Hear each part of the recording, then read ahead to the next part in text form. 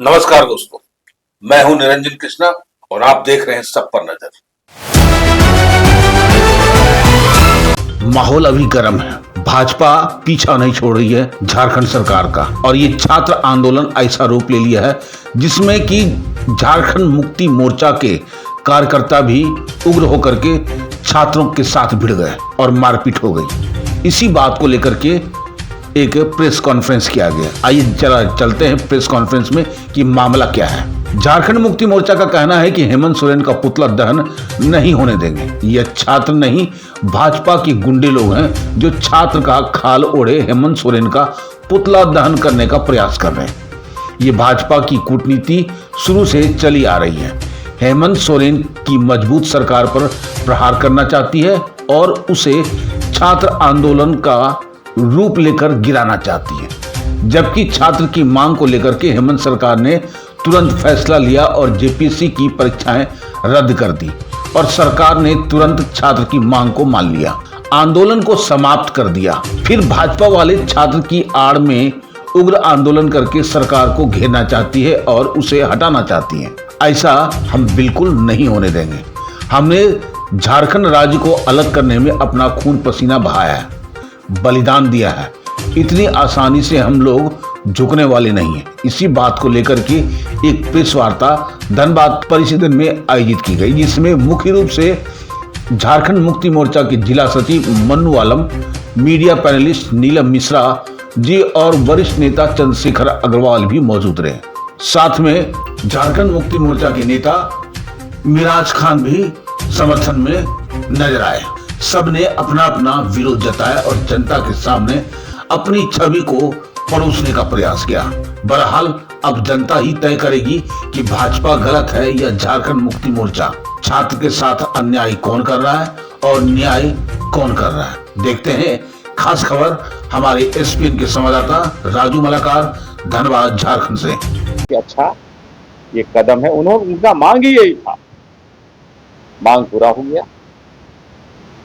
निश्चित रूप से दूसरे पक्ष के लोग कोर्ट गए और कोर्ट ने स्टे किया। एक सामान्य प्रक्रिया, ये कोई जजमेंट नहीं है। फिर से ये लोग आंदोलन कर रहे हैं और फिर से झारखंड को अस्त व्यस्त करना चाहते हैं। तो कोर्ट एक ऐसा चीज है कि कोर्ट में अपनी बातों को आप रखिए, सरकार अपनी बातों को रखेगी। कोर्ट का फैसला सरमान्य है। ये लोग कोर्ट को नहीं मानते, ये लोग न्यायपालिका को नहीं मानते, भाजपा के लोग, उनके लोग, और बच्चों के कंधों में रख के बंदूक ये गोली चला रहे हैं। कोचिंग माफिया लोग आज जो है छात्रों को उकसाकर झारखंड को जलाना चाहते हैं, झारखंड को बर्बाद करना चाहते हैं, झारखंड चुनी हुई सरकार को गिराना चाहते हैं। ये घोर अन्याय है, ये गलत है। अभी एमएमडीआर का विधेयक पास हुआ, झारखंड के साथ अन्याय हुआ, और ये ऐसा बिल पास हुआ जो 12 को आया, 13 को, और तुरंत किसी तरह का कोई बहस नहीं और लोकसभा अनिश्चितकाल के लिए बंद कर दिया। लोकतंत्र को खत्म जेएमएम नहीं कर रही है। जो एमएमडीआर बिल आपने लाया, ये कोयला खदान कहाँ है? पूरे देश का 45% मिनरल झारखंड में है। झारखंड के लोग आज बीमारी से ग्रसित हैं। आप धनबाद में हैं, शुद्ध हवा आपको नहीं मिलता। कोयला खदान हमारे यहाँ, और उस पर अगर सरकार ने कुछ शेष लगाया था तो आपने उसको रद्द कर दिया।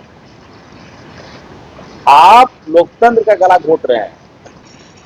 माननीय मुख्यमंत्री हेमंत सोरेन जी जब एक्शन में आए, किसी के दबाव में एक्शन में वो नहीं आए, न भाजपा के दबाव में आए, न छात्रों के दबाव में आए, न मीडिया के दबाव में। रातों रात उनको पता चलता है कि ऐसा मल प्रैक्टिसेस हुए हैं जेपीएससी कार्यालय में, जेपीएससी एग्जाम्स में, तो उन्होंने सीआईडी को इम्पोज किया।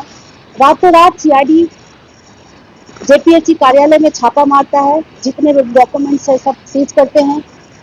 रातों रात जेपीएससी के अध्यक्ष इस्तीफा, ऐतिहासिक है, पूरे देश भर में ये ऐतिहासिक एक्शन बोला जा सकता है। इसका तो तारीफ करना चाहिए हम लोगों को। रातों रात एक्शन लेने वाले प्रथम मुख्यमंत्री हमारे झारखंड के, और सिर्फ जेपीएससी अध्यक्ष इस्तीफा ही नहीं देते, उनकी गिरफ्तारी भी होती है। जेपीएससी के जितने सदस्य हैं वो उनकी पूछताछ चल रही है। अभी तक कम से कम 25 से 30 लोग गिरफ्तार हो चुके। और टीडीपीएल कंपनी का जो मार्केटिंग मैनेजर जो भी है वो अभय तिवारी, वो भी गिरफ्तार हो चुका है। तो सवाल ये उठता है कि घटना कहीं भी घटे, घटना पे किसी का बस किसी का जोर नहीं, लेकिन घटना घटने के बाद सरकार का रवैया क्या है, सरकार का एक्शन कैसा है, वो इम्पोर्टेंट है। तो क्या हम लोगों को उस पर ध्यान नहीं देना चाहिए कि माननीय मुख्यमंत्री जी डे 1 से जिस प्रकार से छात्रों के साथ, उनके भविष्य के साथ पूरी संवेदनशीलता के साथ, गंभीरता के साथ जो एक्शन ले रहे हैं, काम कर रहे हैं, उसको राजनीतिक टूल बनाना कहां तक उचित है? आखिर भारतीय जनता पार्टी इतनी डरी हुई क्यों है? हमेशा उन्माद फैलाना, धर्म और जाति का उन्माद फैलाना, दूसरे के आंदोलन को अपना आंदोलन बताना। आपको पता होगा कि इस आंदोलन के आड़ में भारतीय जनता पार्टी जिस प्रकार से झारखंड में उन्माद फैलाने का कोशिश जो कर रही है, बहुत बहुत गलत अंजाम हुई है। तो इसके लिए झारखंड मुक्ति मोर्चा लड़ाई लड़ने के लिए तैयार है।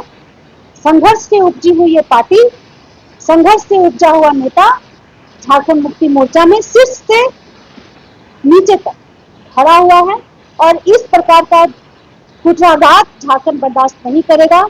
चाहे ये संवैधानिक लड़ाई हो, चाहे वो कानूनी लड़ाई हो, चाहे वो जन आंदोलन हो, किसी भी सीमा पे, किसी भी स्तर पे जाकर के अगर आंदोलन करना होगा, झारखंड मुक्ति मोर्चा तैयार है आंदोलन करने के लिए। और भारतीय जनता पार्टी को इसका खामियाजा भुगतना पड़ेगा, और नहीं तो इस बिल को रद्द करें। जिस प्रकार से किसान बिल को ला करके उन्होंने किसानों पे अत्याचार किया, और जब दबाव पड़ा तो वो किसान बिल को रद्द कर दिया। तो इस तरह से जो झारखंड के साथ जो सौतेला व्यवहार है उसको बंद करें, अन्यथा झारखंड मुक्ति मोर्चा अपने बैनर तले हर तरह का लड़ाई लड़ने के लिए तैयार है। मैं कुछ तथ्य आपके सामने रखना चाहता हूँ कि झारखंड बना 2000 में, पहली जेपीएससी की एग्जाम हुई 2003 में, दूसरी जेपीएससी की एग्जाम हुई 2006 में, तीसरी नहीं हुई, तीसरी और चौथी मिला करके, बैकलॉग मिला करके 2011 में चौथी होती है। और उसके बाद रघुवर जी के शासन में छठी जेपीएससी की एग्जाम होती है, लेकिन उसका रिजल्ट उस 5 साल में नहीं आता। वो रिजल्ट आता है आदरणीय हेमंत जी के सरकार में। 5 साल में एग्जाम लेने के बाद भी रिजल्ट नहीं, और छठी के बाद छठी का रिजल्ट और उसके बाद 14वीं तक का रिजल्ट देने वाले हेमंत जी को भारतीय जनता पार्टी जब एक्सपोज हो रही है इस मामले में, तो वो उनको छात्र विरोधी करार दे रही है। छात्र विरोधी कैसे करार दे रही है? जब सारी बातें हो गई है, छात्र नेता बोल रहे हैं कि 2 महीने का उनको टाइम मिला, 2 महीने तक जांच करके और पूरे तथ्य सामने लाए जाएंगे। और यहां तक माननीय मुख्यमंत्री जी ने कहा कि अगर आप उससे संतुष्ट नहीं होंगे तो हम उसको सीबीआई को देंगे। ये छात्र नेताओं का कहना है, आप उनका वीडियो सुन सकते हैं। उसके बाद जब कोर्ट मामला गया, कोर्ट ने आदेश पे केवल स्टे लगाया है, रद्द नहीं किया है, और 7 सितंबर तक वो जवाब मांगा है सरकार से कि आप 7 सितंबर तक कि आप जवाब दें कि किस तथ्य के आधार पे आपने इन परीक्षाओं को रद्द किया है, और क्या क्या आपके पास जो आपने सीबीआई से जांच किया, वो जांच के बिंदु क्या क्या है, वो कोर्ट को अवगत कराएं। तो इसमें जब सरकार को अपना पक्ष रखने का समय ही नहीं मिला कोर्ट में, तो ये कैसे बोल सकते हैं कि एक जूनियर आदमी को रख करके तथ्य में अपना पक्ष रखा? ये कैसे बोल सकते हैं कि सरकार ने अपना पक्ष नहीं रखा? ये छात्र नहीं बोल रहे हैं, छात्र को बरगलाया जा रहा है, कोचिंग माफियाओं के द्वारा बरगलाया जा रहा है, और भारतीय जनता पार्टी के द्वारा बरगलाया जा रहा है कि छात्र इस तकनीकी को जान नहीं रहे हैं और उनको इस तकनीकी में उलझाया जा रहा है, और उलझा करके इनके पास कोई मुद्दा नहीं है। झूठ और फरेब के सिवाय इनके पास कोई मुद्दा नहीं रहता, और जितने भी मुद्दे हैं सबको एक एक करके आदरणीय हेमंत जी की सरकार सॉल्व कर रही है, जो वर्षों से चले आ रहे थे। आज 26 साल हो गया, 25 जेपीएससी की एग्जाम होनी चाहिए थी, क्यों नहीं हुई? 18 साल तक उनकी सरकार थी। स्टूडेंट के हितैषी वो है कि जेएमएम की सरकार है?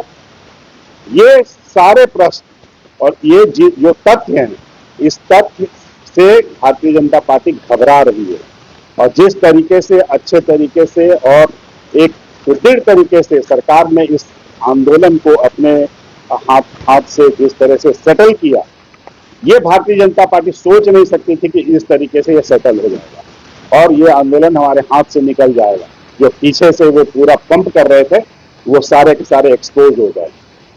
इसलिए ये कल का जो पुतला दहन और जो भी कार्यक्रम था, ये भारतीय जनता पार्टी का कार्यक्रम था, और भारतीय जनता पार्टी उनके कंधे पे अपना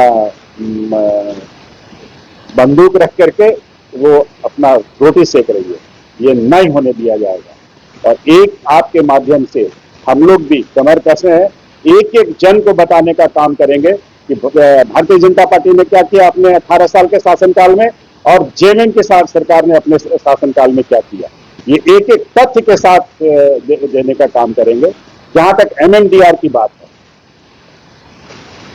सुप्रीम कोर्ट के 9 जज की बेंच ने ये जजमेंट दिया था कि कोई भी राज्य सरकार खनिज संपदा पे टैक्स लगा सकती है। ये सुप्रीम कोर्ट के 9 जज का जजमेंट है। उसके बाद सरकार ने उस टैक्स को लगाया था, क्योंकि रॉयल्टी टैक्स नहीं होती है, रॉयल्टी उसका हक होती है और उसके ऊपर टैक्स लगता है। और उस टैक्स को मेरा तो ये मानना है कि छत्तीसगढ़ और उड़ीसा को भी झारखंड के साथ मिलना चाहिए और मिल करके टैक्स लगाना चाहिए, क्योंकि माइंस का दंश हम झेलें, यूरेनियम से लंगड़े लूल्हे हम हो जाएं, और पावर प्लांट लगेगा गुजरात में, ये सब नहीं चलेगा। आपको झारखंड के बारे में सोचना होगा, झारखंड के बच्चों के बारे में सोचना होगा, और झारखंड की सरकार जब झारखंड के लिए सोच रही है तो जिस तरह के काले कानून ला करके आप गलत काम कर रहे हैं उसका मुंहतोड़ जवाब दिया जाएगा।